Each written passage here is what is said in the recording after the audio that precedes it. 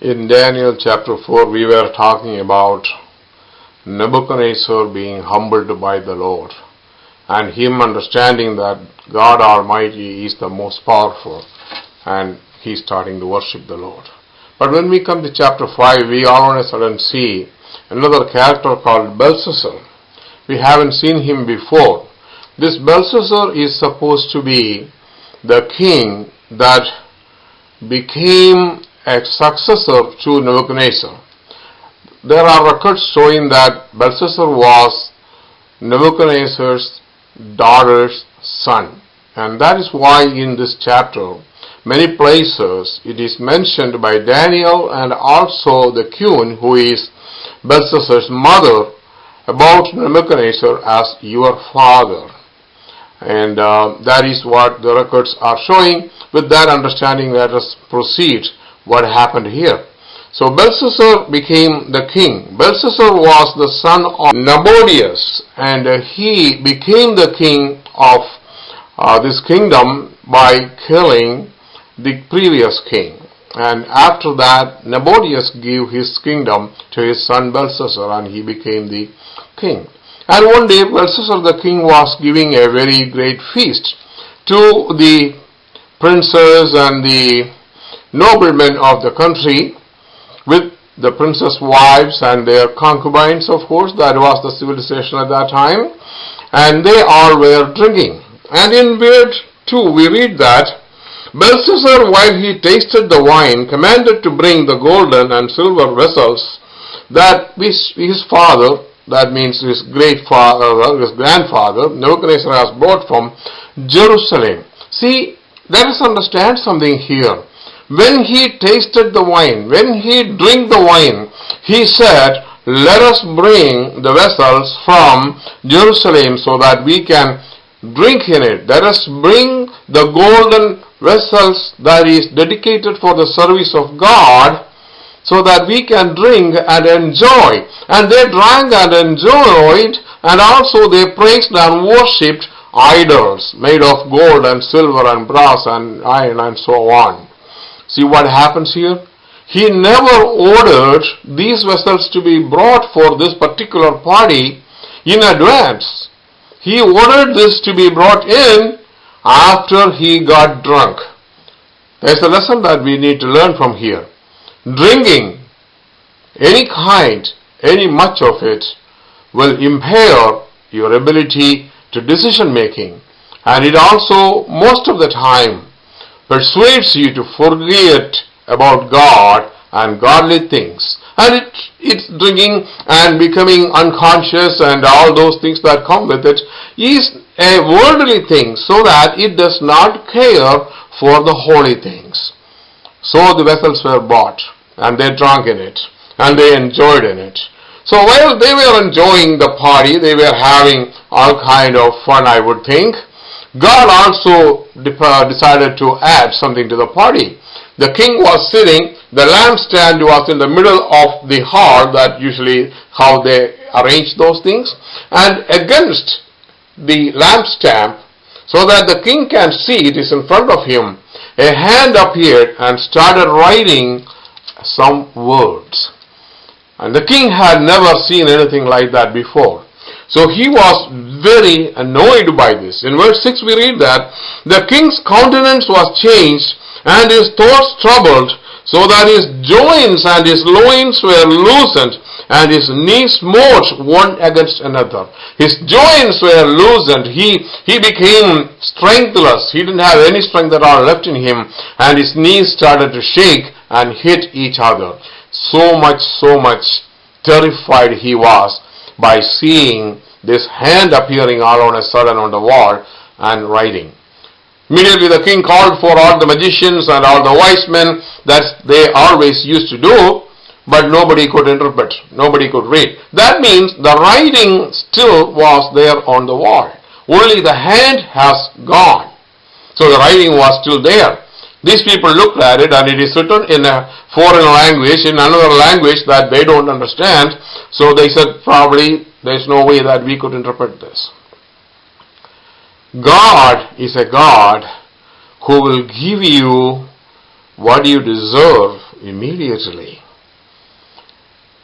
And also we need to understand that defiling God's possessions, things that belong to God, even if it is our body or our money or the stuff that we are entrusted with, our church, whatever it is, defiling it, God will never suffer. He will give you an immediate punishment for that. Look, the king's loins were loosened. His knees started to tremble. He was so afraid and his countenance was fallen. He was not happy anymore. He was not cheering anymore. And also was all his guests astonished and not knowing what to do. Finally, Belshazzar's mother, Nebuchadnezzar's daughter, who came and said, "Look, you don't want to worry about this king. I know somebody that is in this kingdom named Daniel who has interpreted dreams and has been found wise in the time of my father Nebuchadnezzar, which is your grandfather. So call him." And he was called. He started to give Belshazzar a little lecture that, "O king, you have defiled the vessels, the purified holy vessels in the temple of God." You know, we are the temple of God. Our body is the temple of God. Drinking, smoking, adultery, or saying a lie, or looking with lust, hearing things that should not be heard, all these are using the vessels of our body, the parts of our body, for wrong things, thereby defiling our body. The Bible very clearly teaches that you are the temple of God and you have no right to defile God's temple. And it also says, whoever destroys God's temple, God will destroy them. So be careful about what you are doing, what you are seeing, what you are saying, what you are thinking, what you are hearing, what you are drinking, what you are being engaged with. Make sure all those things are pure and holy and acceptable to God, and none of those will defile your body, mind, or soul. Three things that the king found in Daniel. You know, in verse 14 of chapter 5 we read, the king is speaking to Daniel, asking, "Are you the Daniel who was with Nebuchadnezzar, who interprets dreams," and things like that. And then he says in verse 14, "I see three things in you. I have heard there is light in you, there is understanding in you, there is wisdom or reasoning in you." Always in God's children there is light. Darkness has no power over them. There is no darkness with them because there is no shadow turning with their God. So that is one quality that you should be looking for yourself in your life. Is there light in you, or is there darkness ruling your life? There should be light in you. There should be understanding in you. You should be able to understand, discern between the good and the bad. See, when we go and look back into chapter 4, what happened to Nebuchadnezzar was, when he was proud and when the Lord took his kingdom away and drove him out of there, he lost his understanding and his wisdom, which is his reasoning. But now King Belshazzar is saying, "Look, Daniel, I understand there is light in you, there is understanding in you, and there is wisdom or reasoning in you. And you can interpret dreams and other things of divine nature." My dear friend, are these three things found in you? Is there light in you? Do we have the understanding of? Daniel advises King Belshazzar, "O King Belshazzar, the grandson of Nebuchadnezzar, you might have heard about this, but still you did not care for the holy God. You brought the vessels from the temple and misused them. You defiled them, and you did not praise God at all, but you used those to praise the idols, and the Lord is not going to put up with it. And that is why God has done this miracle for you. And that's why this hand has written this writing. Now he reads the writing. The writing says, Mene mene tekel upharsin. Which means that in verse 26 we see the interpretation. This is the interpretation of the thing. Mene means God has numbered your kingdom. God has weighed your kingdom and finished it. It is no more. Your kingdom is put to an end. You have no more kingdom.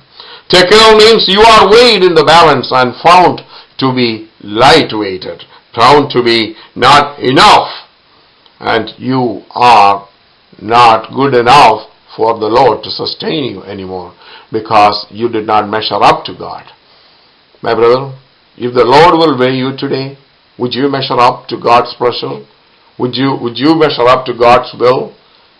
Will God be pleased with you if He is going to weigh you today? So that He will keep your blessings, which are your kingdom, which is your blessings. He wouldn't take them away. And also there is another thing, Upharsin. Peres means the kingdom is divided between the Persians and the Medians. So here are three things that happened. Your kingdom has come to an end. You are weighed and found to be of lightweighted, and your kingdom is divided and given to other people. When he finished this advice and the interpretation, King Belshazzar, he kept his word and he gave Daniel all the things that he promised. In verse 29, then commanded Belshazzar, and that they clothed Daniel with scarlet and put a gold chain on his neck and made a proclamation concerning him that he is the next ruler, the third ruler. Third ruler means first Nebuchadnezzar, second Belshazzar, and third Daniel. He is the next ruler of the kingdom. So he is made the king already because Belshazzar is already gone. He knows that he is done. Times may come in your life also that other people will exalt you and say you are the greatest. Let's go and see what happens. When we read verse 30 and 31, we see that night King Belshazzar of Chaldeans was killed. He was slain that night. And in his place, Darius, the king of Medians, became the king. Look, even though the world made Daniel the king, Daniel never became the king. Darius became the next king. Isn't that amazing to see that? The second king or the existing king Belshazzar anointed him, enthroned Daniel as the next king. But that night, Darius came, conquered the kingdom, and Darius the Median king became the king of that country. See, the world, what the world gives is not permanent. It is very, very temporal. He was made king for a moment, and then there was no king at all. But remember, if you have to be made to be something, you need to be made that thing by the Lord. The Lord should make you a king. The Lord should make you a servant. The Lord should make you a preacher. The Lord should make you a believer. The Lord should make you whole. The Lord should make you healed. The Lord has to do things in your life, not the world. If you go after the world and if you believe the word of the world, King Daniel would have told Darius, hey, look, Darius, Belshazzar is not the king anymore. I am the king. I am made the king. What would happen to Daniel? Darius would have killed him immediately.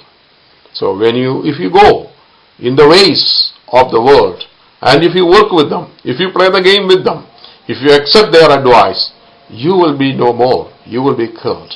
But Daniel did not do that. Daniel said, whatever the Lord gives me is better. And Daniel lived in the rule of Darius and also the other king. So Daniel always had a better position and respect in the country, even I would say more than the king, because he was exalted and counted worthy by the Lord. Are you counted worthy by the Lord? Or if the world will give you something, you will go after it. Think about it for a moment.